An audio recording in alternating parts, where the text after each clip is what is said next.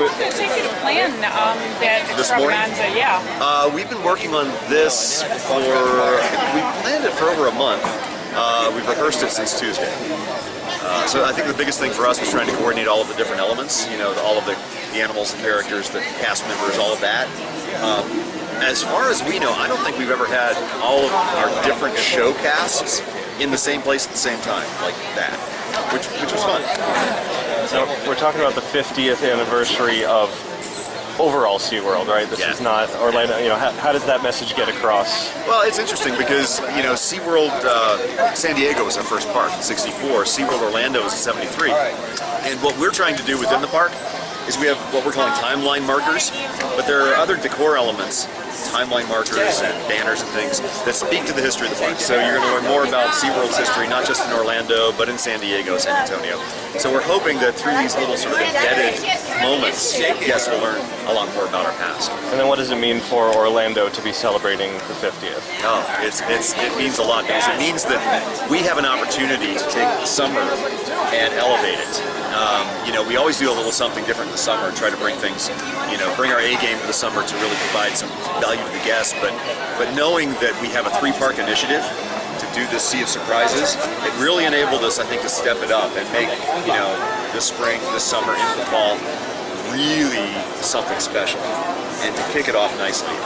You know, we still have all of our special events, Spectacular and SeaWorld's Christmas celebration, all of that is still in the mix, of course, but the fact that we can launch our spring and summer with something like this that has a big push behind it is great.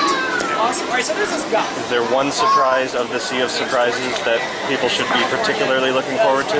Yeah, that's a good question. It's hard to say. I think that if I were a guest, the thing that might appeal to me most is the possibility that I might win something, you know, when I come to the park. So I would think that the Surprise Squad is going to be very appealing, because they're out there, you never know where they're going to be, and you have the opportunity to win. So I think that's a lot of fun. I've been working quite specifically on the Bubble Blowout, which I think is going to be a blast. I mean, the kids are going to love it. It's a new atmosphere act, and it's a mobile cart, bubble laboratory that roams. I think that's going to be a lot of fun. So yeah, it's like hard to pick, you know, your favorite kid. It's like, love it all. There's opportunities where guests will get wet, I understand, bringing the sea to the pathways of SeaWorld. Yeah, Splash Dance. It's another mobile cart, right? And it's designed to look like a horticulture cart. So in a park environment like this, we have to take care of the plants and the flowers. We have a great team of artists who do that, our horticulture team. So we're like, okay, what happens if they have their cart, it's all loaded up with their gear, but rather than go to water the flowers and the plants, they end up watering the guests, you know? So sprinklers go off, and people are getting wet, and they're dancing, and it's a musical act. No words at all, and it happens spontaneously throughout the day. And we're trying to make sure that it happens in areas where guests really need to cool off. You know, so if you're feeling pretty warm in the middle of August in Orlando, seek out the Splash Dance. It's a place to be. And it sounds kind of like spontaneity in that mobile entertainment is something that you're really focusing on versus having, you know, new stage here, new stage there. We're kind of bringing it out to the guests rather than having to go with it. Absolutely. And I think the key thing with the mobile experience, it's something a little bit different for us. We don't usually go in that direction. But the nice thing about it is it does provide us with great mobility for the performance. If we find a space that works really well in the park, we may gravitate to that. If we find through the process, we find, you know, this place isn't working quite as well, we'll leave that alone. But for a guest, as a past member, for example, you know, it is nice, I think it's fun to not know exactly where something's going to be all the time. So you are surprised.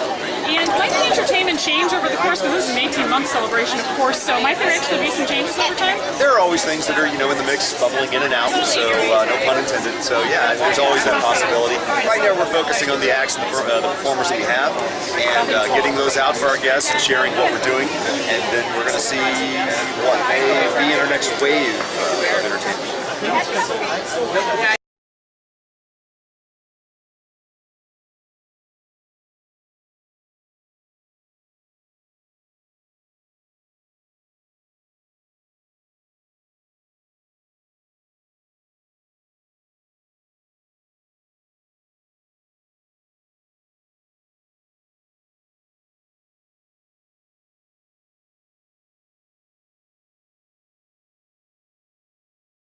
And we're celebrating celebrating by saying a little thank you for being here, because without you guys, we wouldn't be celebrating 50 years. So in order to do so, I have some surprises for you guys. Little park perks and prizes, one for each of you, because you guys are in the right place at the right time. And I'm surprised too, because I don't even know what's in those bags. So you guys surprised? Very surprised. See, good, we're doing our job. That's it, we're doing their surprise. It's perfect. So, bag for you, bag for you. Let's open it and see what you guys want. Let's hold them all up, see what you guys want. Oh, yes, some bags and some iPod covers. Woo, that's awesome. Let's give them a round of applause. Surprise! And we'll be here for 18 months doing this every day, surprising people throughout the park and in show.